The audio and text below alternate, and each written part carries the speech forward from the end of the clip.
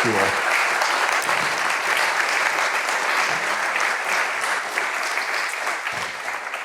Well, thank you very much, everybody, for that very warm welcome. I've enjoyed my visit here immensely. Yesterday was my first time in Prague, and as you heard, I lived in Paris for 3 years, getting my doctorate. I've lived and studied in Rome. I've seen all the great cities of Europe, certainly, and I'll say it without hesitation. I think Prague is the most beautiful city in Europe.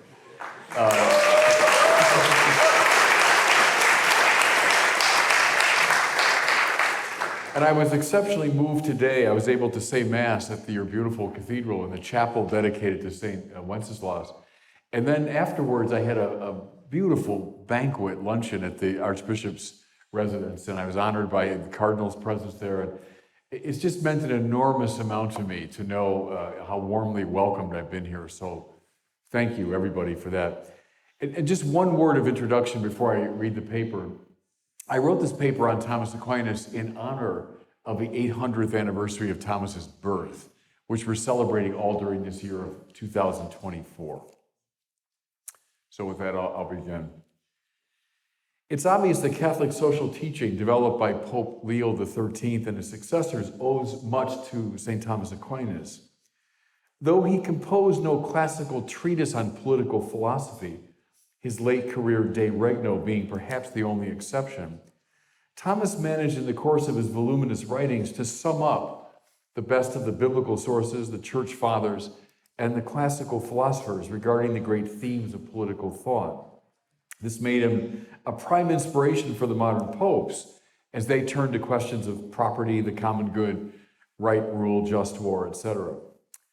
But I wonder whether sufficient attention has been paid to the manner in which these more practical and moral considerations are grounded ultimately in Thomas's understanding of the source of existence. On his reading, we know who we are and how we ought to behave at both the personal and societal level, precisely in the measure that we have an at least inchoate sense of who God is. Therefore, Aquinas' doctrine of God is an indispensable propedeutic to any consideration of his social and political doctrine. As always with Thomas Aquinas, metaphysics comes first and ethics follows. Accordingly, in this paper, I shall explore, however inadequately, the relationship between Thomas's very distinctive notion of God as ipsum esse and some of the principal themes of Catholic social teaching. So, first part of the paper, who God is for Aquinas.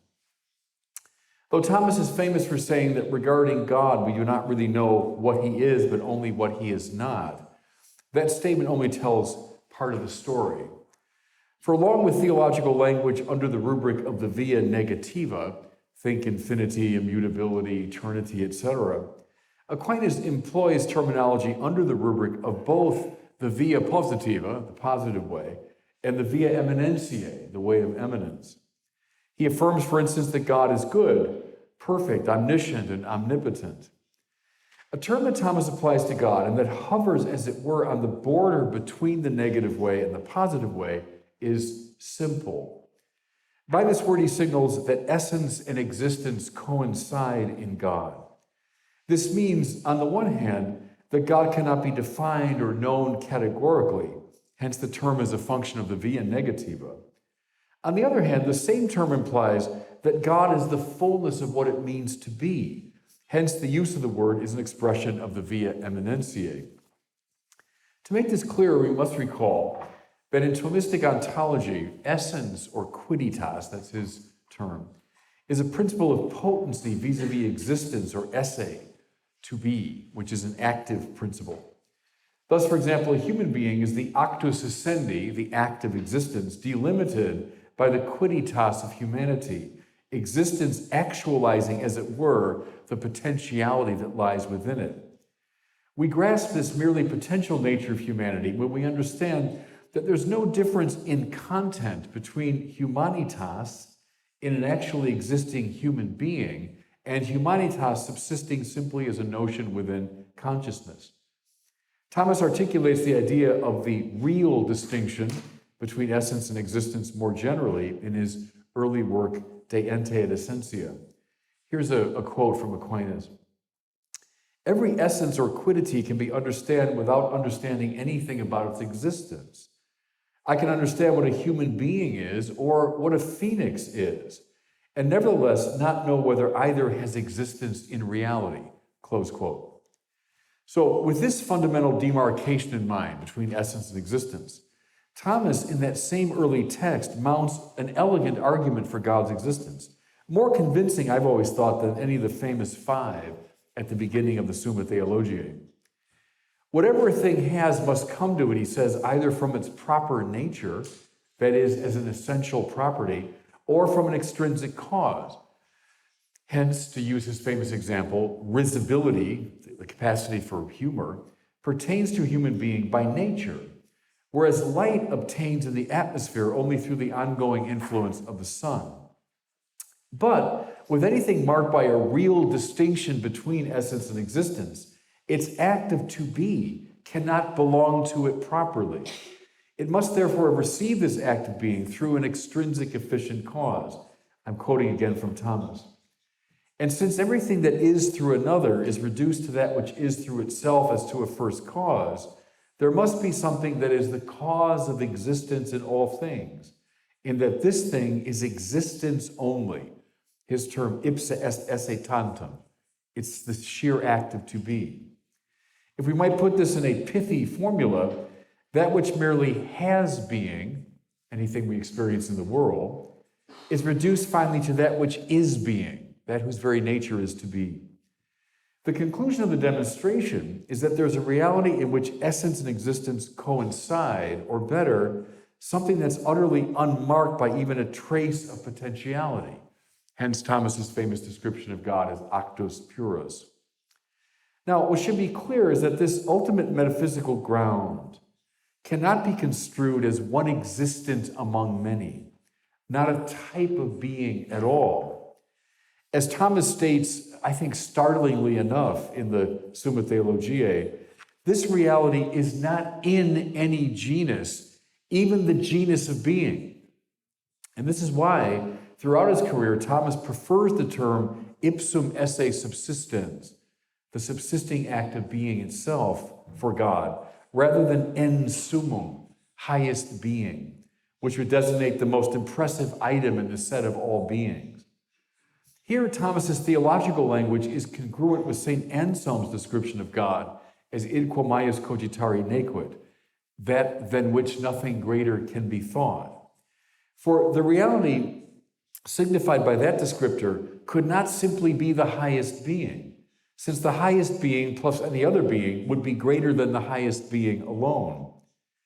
With respect to Anselm's description, God plus the entire world is not greater than God alone. My former professor, Robert Sokolowski, expressed the same idea as follows, quote, after creation, there are indeed more beings, but not more perfection of esse, close quote. Now, lest we think that this is a purely philosophical speculation, we must recall that Thomas consistently correlates this manner of speaking of God with the self-revelation of God offered in the book of Exodus. When Moses inquires of God his name, he's asking a commonsensical question. Which God are you?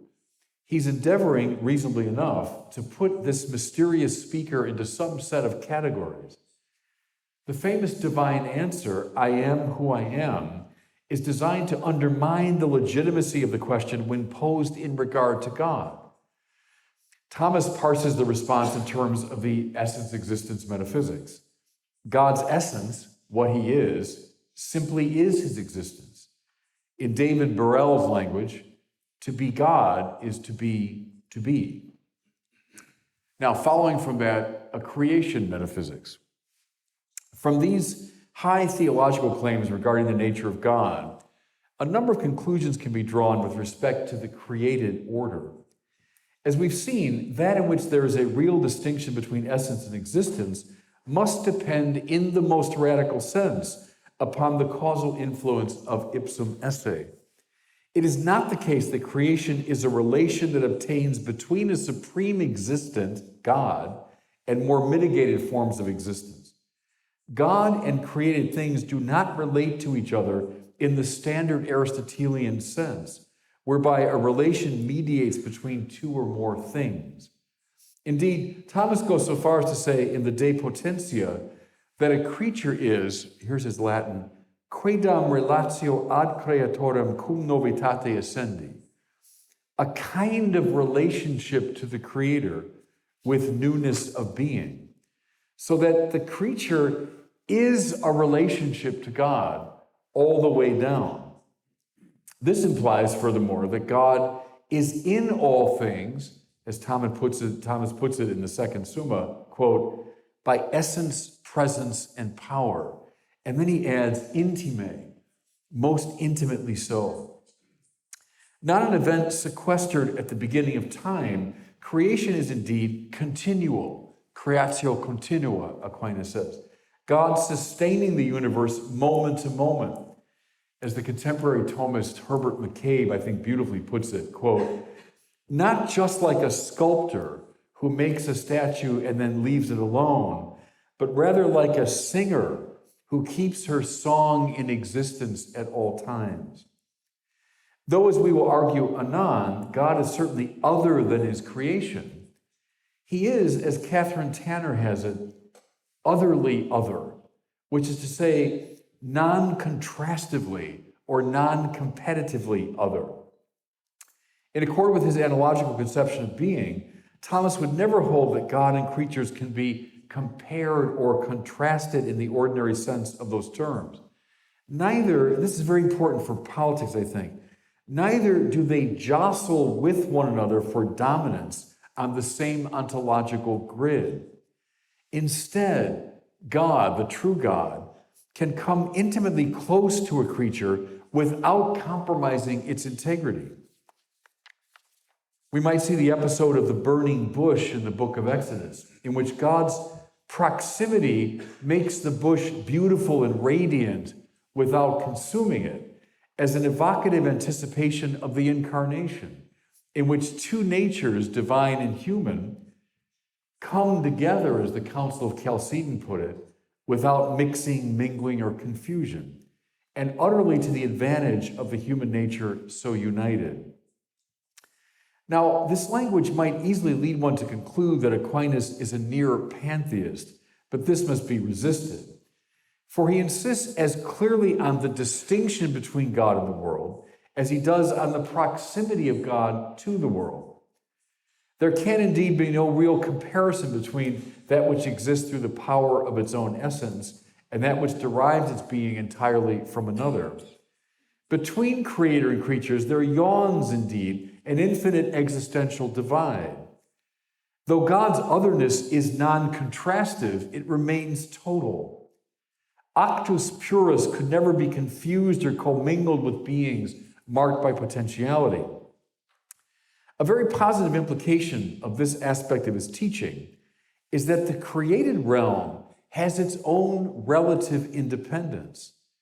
By the very act of creation, God opens up a space that is proper to the finite order, allowing it its own integrity.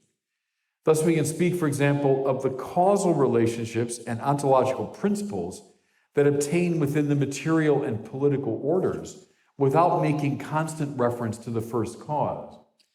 This is once again precisely because that cause is not one being among many, competing within the nexus of contingent causes and agents. The highly paradoxical claim that we've been exploring, that God is, as St. Augustine put it, simultaneously intimior intimo meo et superior sumo meo, closer to me than I am to myself, and infinitely beyond who I am. This carries unavoidably the implication that God has loved the universe into existence. Now, why? Well, according to Thomas's well-known formula, to love is to will the good of the other. If this is the case, then the cause that is fully actualized and that hence has no existential defect whatsoever can direct his will ad extra only in a completely unself-interested manner. He can only will the good of the other, since what is other to him can be of no possible advantage to him. This means that the very transcendence of God is what permits him to desire and make possible real human flourishing.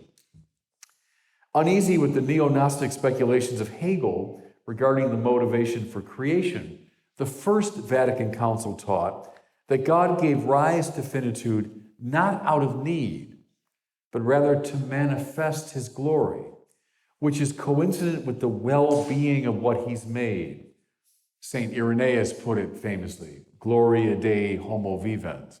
The glory of God is a human being fully alive. We could say the glory of God is creation fully realized. Following the speculations of theologians in the school of radical orthodoxy, we might also observe that God's act of creation must be understood as peaceful and non-violent. In so many of the myths that have come to us from the ancient world, the act of creation is construed as a violent conquest, one god or set of gods defeating others. Typically in these accounts, the elements within the universe are interpreted as the severed and scattered body parts of the defeated deities. And we can even read the more rational accounts of the beginning of the world offered by the classical philosophers as refined versions of these primal myths. Thus, Plato's Demiurgos, surveying the forms, intrusively shapes matter, and Aristotle's prime mover similarly molds prime matter by means of irresistible attraction. But Ipsum Esse, and this is the point, Ipsum Esse, who brings every aspect of finitude into being ex nihilo, cannot even in principle intervene or interfere aggressively, manipulating something in the act of creation. Rather, it takes place non-violently. On the biblical telling, not through an act of conquest. Genesis is distinctive there, but rather through a non-violent act of speech. And if we might move from the metaphor of speech to that of music making, as we saw Herbert McCabe do, we come close to the musings of Augustine in his great, often overlooked treatise, De Musica, on music. In that remarkable text, the great African doctor maintains that every object, person, and event coming forth from the creative agency of God does so in the manner of a series of musical notes, each one of which endures only for a moment before giving way to the next. Since every creature comes into being ex nihilo, it contains within itself a tendency toward non-being, and thus inevitably fades away so as to permit the next ontological note to be sounded. Augustine's overall point is that this melodic and symphonic play takes place under the direction, ultimately, of the Creator God. And if we shift back to a more spatial metaphor, we see that all creatures, from the largest and most complex to the simplest and smallest, are related to each other precisely because they share a common center in God. Though there are differences among them, to be sure, they are differentiated at a relatively superficial level. For in the final analysis, individual creatures are like islands in an archipelago, separate at the surface but joined at the depths. St. Francis's ecstatic evocation of brother sun and sister moon is not just inspired poetry, but rather exact metaphysics. For even things in the inanimate order are ontological siblings to human beings. Though both spatial and musical metaphors are illuminating, they miss a key element in Thomas's understanding of the relationship between God and the world. Though God has indeed made the world good, even very good, he's not made it perfect. Instead, it appears to be his will that the good creation evolves toward ever greater perfection, precisely under the influence of the final causality of the prime mover. This happens involuntarily in the natural material order, and it happens through intelligent and consciously willed engagement at the spiritual level. We might speak here with John Polkinghorne of the free process that God permits within the natural world and the free will that he allows to operate in humans and angels. Though any number of alluring causes are involved in the process, The ultimate cause of the created realms movement is the supreme value who is God. It's worth noting that Aquinas' account of creation in its various dimensions involves both a Platonic and an Aristotelian sense of the good. You know, on Plato's reading, the good is that which gives itself, bonum difficivum sui, in the scholastic rendering of the principle. And on Aristotle's, the good is that which attracts by its perfection. For Thomas, God is good in both senses, seen under the rubric, respectively, of efficient and final causality. Moreover, lest we understand this in a vaguely deist way, we must recall Thomas's insistence that God's providence, quote, extends to particulars, close quote. In a word, God has not simply established the causal framework in which created things operate and evolve. He's intimately and personally implicated in each creaturely movement in his direction. So that's a brief articulation of Thomas's distinctive doctrine of God. I now want to pull out some implications for his social teaching and the social teaching of the church. So, having surveyed these pivotal theological and metaphysical issues, we're now in a position to make some observations regarding Thomas's conception of the political and social order. I would draw attention first to the framing of political action made possible by Thomistic ontology. As we saw, the act of creation by which God gives rise to a dimension of being really distinct from his own clears out a space for both nature and society. Instinct-based evolution can happen within the material world, and voluntary evolution can happen within the human body politic. At the same time, the created universe is not independent of God or set conventionally over and against God, as the deists might have it.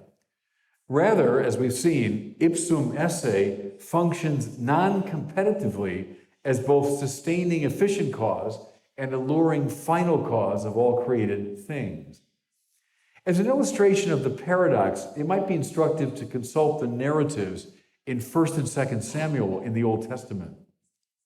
Whereas in early biblical accounts, God involves himself in a straightforwardly interventionist way. Think of God simply appearing as an embodied being in some of the stories.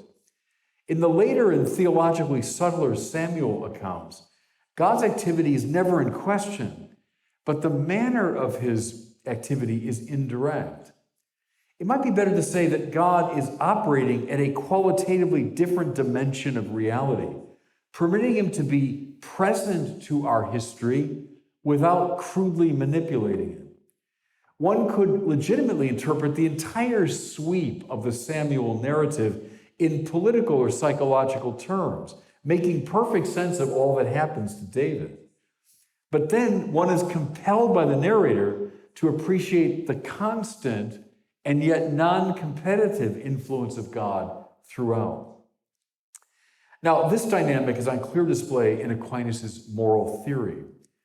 The human will does not operate spontaneously or randomly, as some contemporary philosophers seem to hold.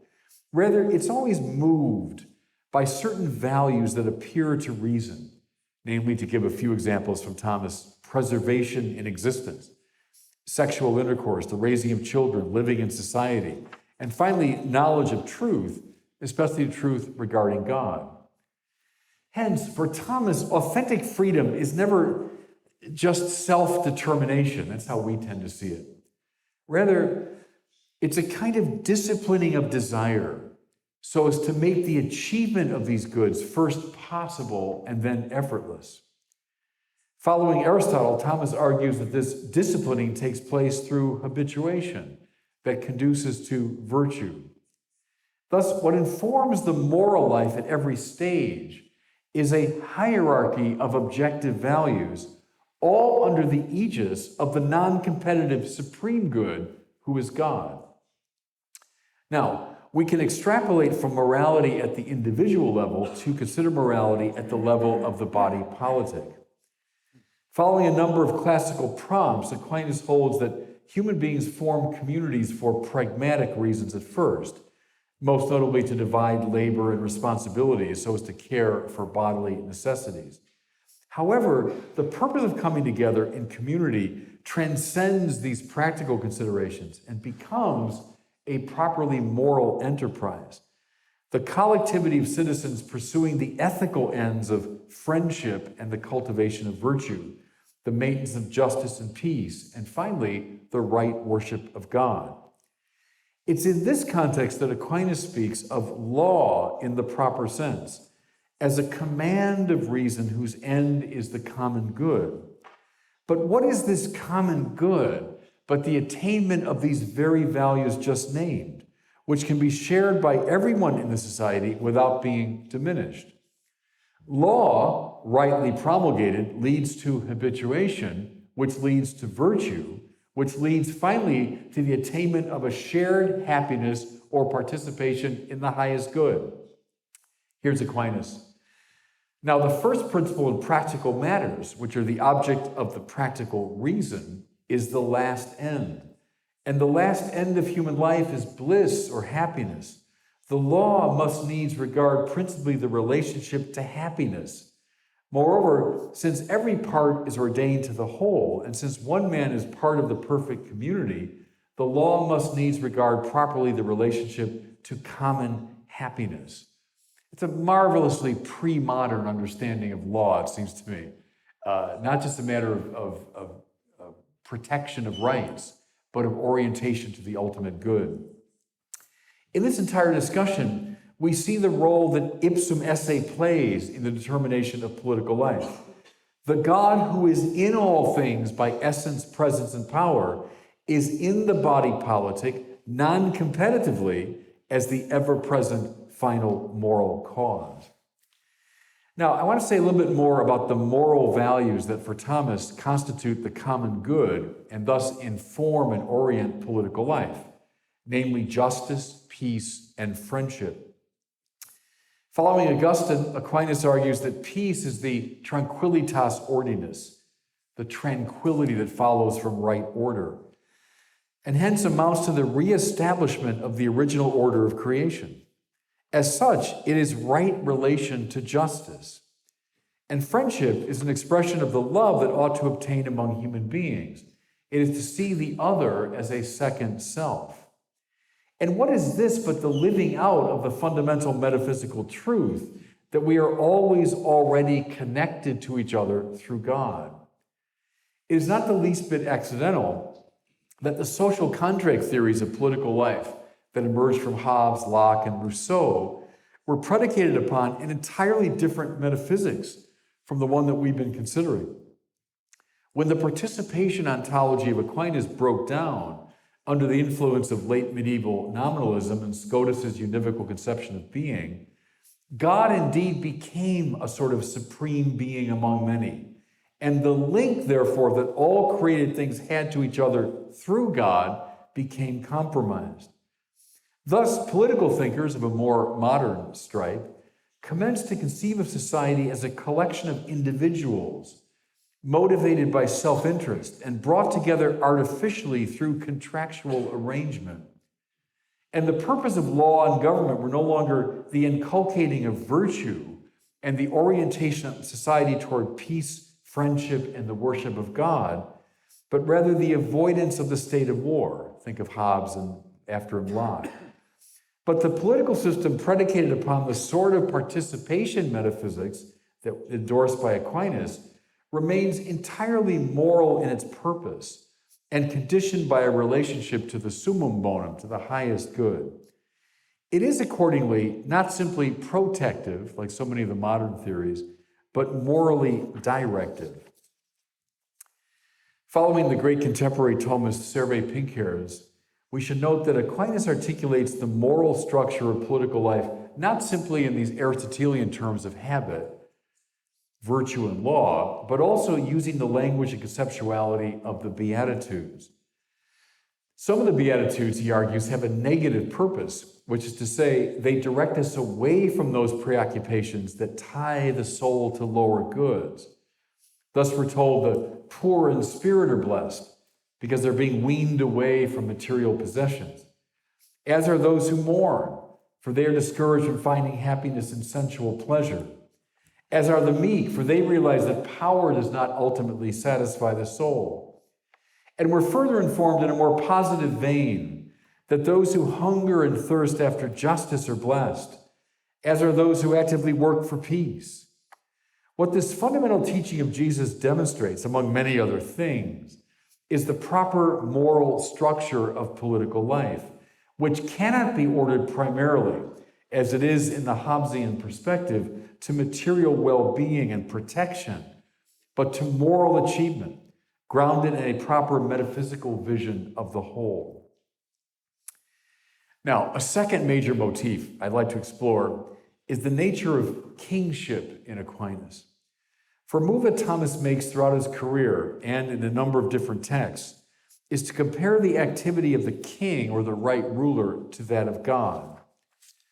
There are a few texts in the Summa Theologia that I'll explore soon, but I'd like to turn first to the De Regno, the text I referred to earlier. In accord with his typically teleological manner of analysis, Thomas opines that human beings who naturally congregate as a society stand in need of leadership. Quote, "For in every multitude there must be some governing power," close quote. What naturally follows is the question whether this ruling authority be a single person or a group.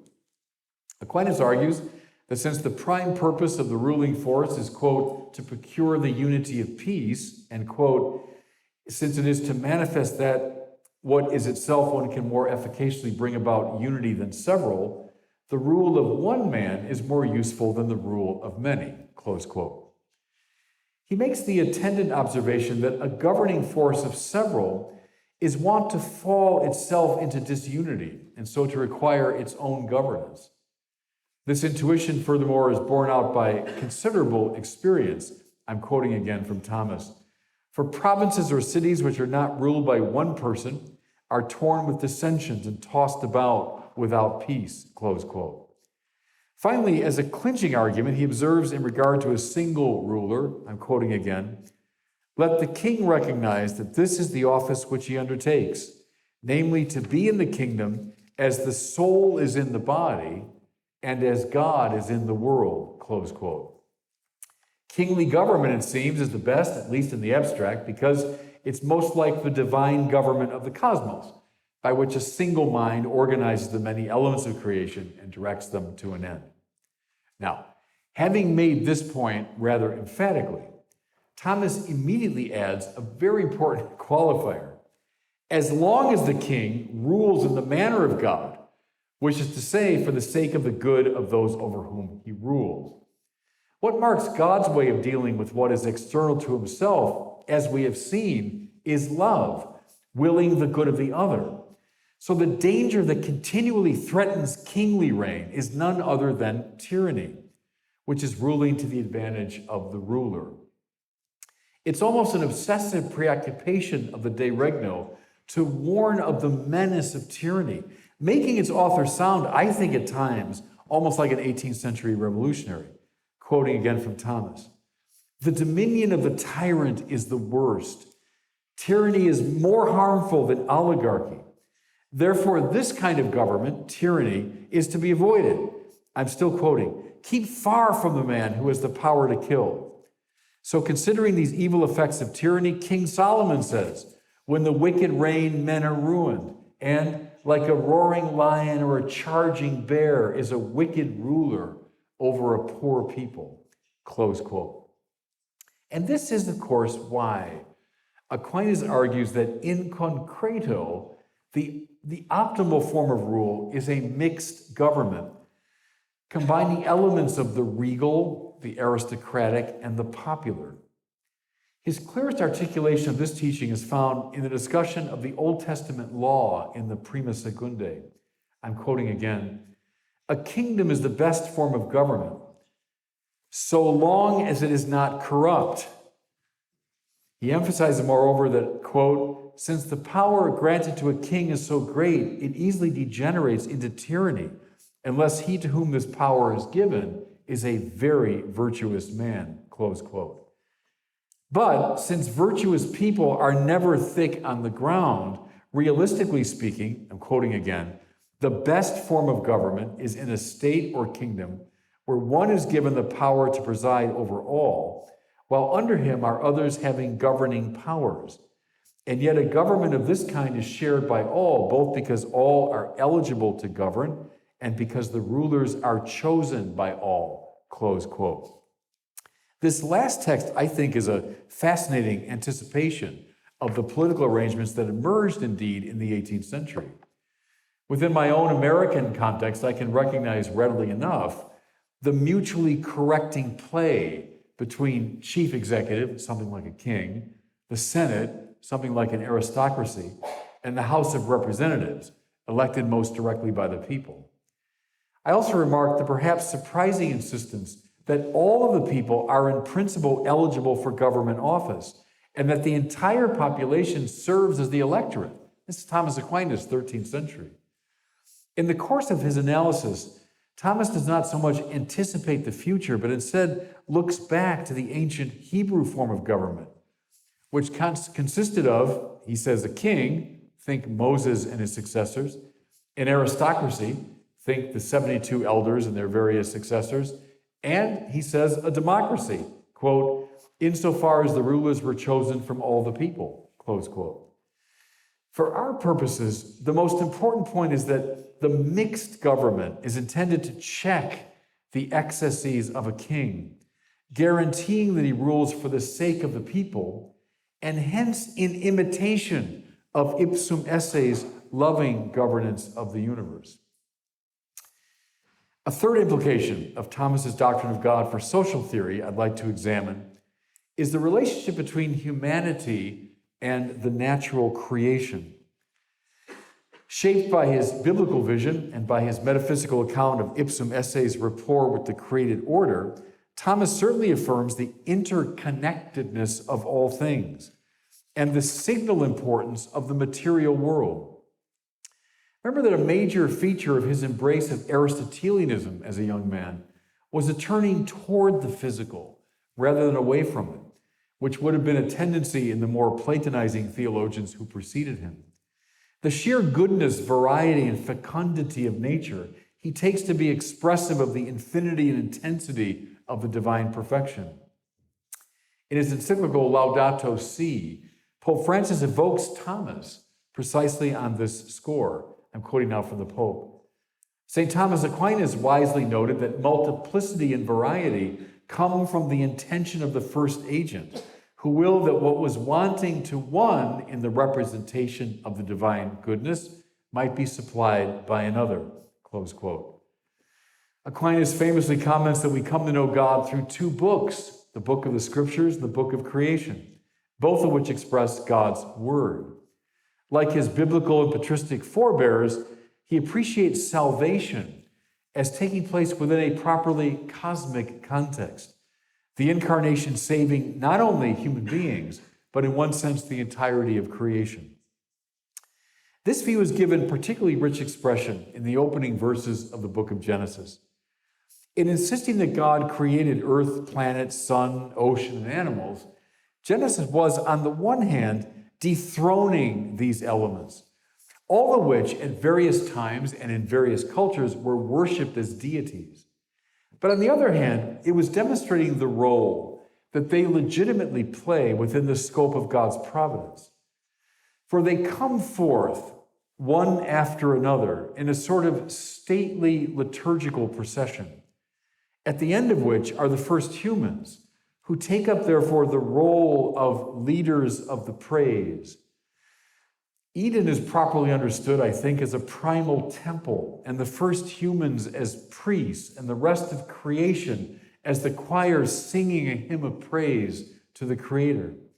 Once again, since Ipsum Esse has no ontological deficit, the praise offered to him by creation adds nothing to his greatness, but redounds to the benefit of those who offer it.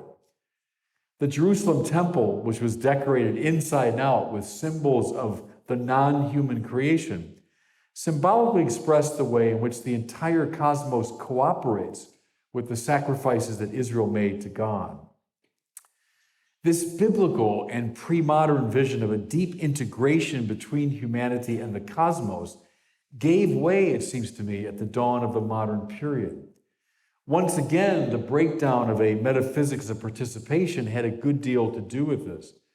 But a principal consequence of the shift is that nature came to be seen as an object for human manipulation, something to be mastered. That's Descartes. Or in the still alarming language of Francis Bacon, a victim to be tortured so that it might reveal its secrets. A huge shift between Aquinas' sense of nature and this modern sense. Pope Francis, again, speaks frequently in Laudato Si of what he calls the technocratic paradigm, namely one that, I'm quoting from the Pope here, exalts the concept of a subject who, using logical and rational procedures, progressively approaches and gains control over an external object. This method might be construed as appropriate within a purely scientific context, though even there Goethe's challenge to the aggressive style of Newtonian science would have to be taken into consideration. But certainly when applied to human beings or to the environment as a whole, its dangers and inadequacies appear quickly enough. Here's again from Laudato Si. It can be said that many problems of today's world stem from the tendency, at times unconscious, to make the method and aims of the sciences and technology an epistemological paradigm which shapes the lives of individuals and the working of society. The effects of imposing this model on reality as a whole are seen in the deterioration of the environment, close quote. The technocratic paradigm, the Pope argues, is a function of the anthropocentrism characteristic of modern philosophy and inimical to a biblical and pre-modern Christian vision. I'm quoting again, anthropocentrism has paradoxically ended up prizing technical thought over reality, since the technological mind sees nature as an insensate order, as a cold body of facts, as a mere given, as an object of utility. It views the cosmos as a mere space into which objects can be thrown with complete indifference, close quote. A facet of the Pope's critique that's too often overlooked is how the technocratic paradigm represents a kind of neo-Gnosticism, which teaches contempt for the body. And when the body becomes simply an object of manipulation for the rational ego, abortion, euthanasia, transgenderism, etc., become acceptable moral options. Once again, for Pope Francis, and I would argue for Aquinas, these ethical observations are made in light of more fundamental theological commitments. Harkening back to the Middle Ages, to Bonaventure, the great Franciscan doctor, the Pope comments that since all things come from God, and since God is a community of persons in relation, all finite reality is marked by connectivity. And again, we saw that in Aquinas. More precisely, I'm quoting again, the divine persons are subsistent relations, and the world created according to the divine model is a web of relationships. Creatures tend toward God, and in turn, it is proper to every living being to tend toward other things, so that throughout the universe, we can find any number of constant and secretly interwoven relationships, close quote. Everybody, that's the language of the pre-modern metaphysical tradition, not the language of post-Cartesian modernity. Now, one final conclusion regarding social theory I want to draw from Thomas's theology of God has to do with what he calls the universal destination of goods. A first text to consult is question 22 of the Prima Pars of the Summa, which deals with divine providence. In response to the question whether God's providence extends to all things, Aquinas says, quote, the causality of God, who is the first agent, extends to all being, not only as to constitutive principles of species, but also to the individualizing principles. Hence, all things that exist in whatsoever manner are necessarily directed by God towards some end. This means that all finite being is under the direction of Ipsum Esse. In a word, the world and all that's in it belongs to God. Were God construed in the typically deist manner, we might speak of certain things or certain dimensions of creation escaping from his purview and control. But such a view is irreconcilable with participation metaphysics. From this consideration, we can turn to the matter of the legitimate use and ownership of the goods of the earth. In question 66, Article 2 of the Secundae, Aquinas distinguishes with respect to property between what he calls the potestas dispensandi and the potestas procurandi. Following largely Aristotelian prompts, Thomas offers a number of arguments in support of the right to procure goods for oneself. But then he speaks of the usus or use of what one legitimately owns. Here's another quote. In this respect, man ought to possess external things not as his own, but as common, so that he's ready to communicate them to others in their need, close quote. Though it's stated in the laconic style typical of Aquinas, this idea is actually, I think, explosive. It's congruent with St. Ambrose's observation to the effect that if a man has 2 shirts in his closet, one belongs to him, the other to the man who has no shirt. And it corresponds to Leo XIII's teaching in Rerum Novarum that, I'm quoting again now from Pope Leo, once the demands of necessity and propriety have been met, the rest of what one owns belongs to the poor. I'm going to say that again. I think it's such a radical statement, but it's grounded in Aquinas. Listen again. Once the demands of necessity and propriety have been met, the rest of what one owns belongs to the poor. As the papal expositors of Catholic social teaching have propounded again and again, this principle is grounded in the fact that all things, moment by moment, come into being through the creative agency of God, and therefore belong to God, and are destined finally for his purposes. Pope Francis relied upon this Thomistic distinction in Fratelli Tutti. Along with all of his papal predecessors in the social teaching tradition, Francis clearly affirms the legitimacy of private property and of the entrepreneurial market economy. I'm quoting now from Pope Francis. Maybe this will surprise some people. Business activity is essentially a noble vocation, directed to producing wealth and improving our world. God encourages us to develop the talents he gave us, and he has made our universe one of immense potential.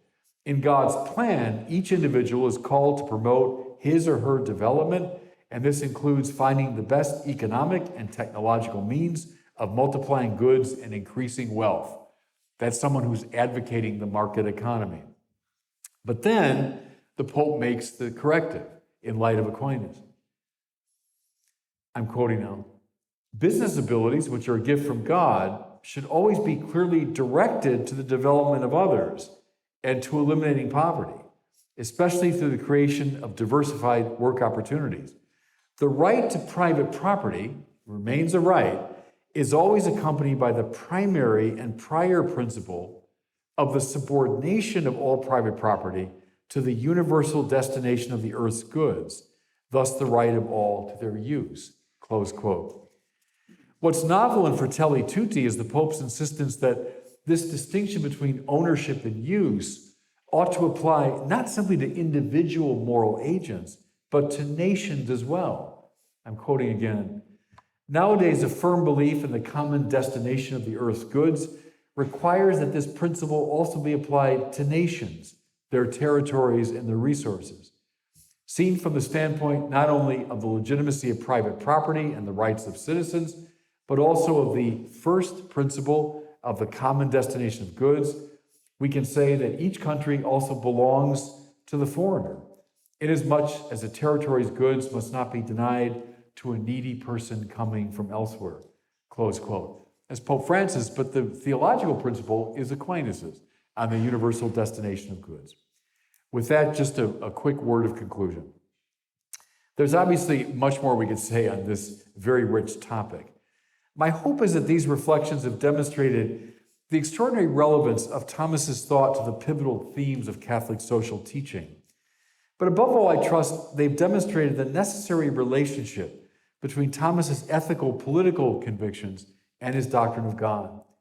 If we isolate his practical teaching from his insights regarding the source of existence, we run the risk of consigning his social thought to the conventional categories of left and right.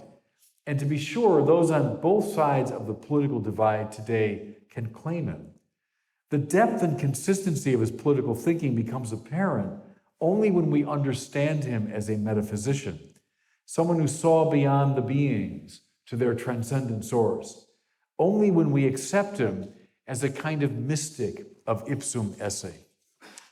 Thanks, everybody, for listening.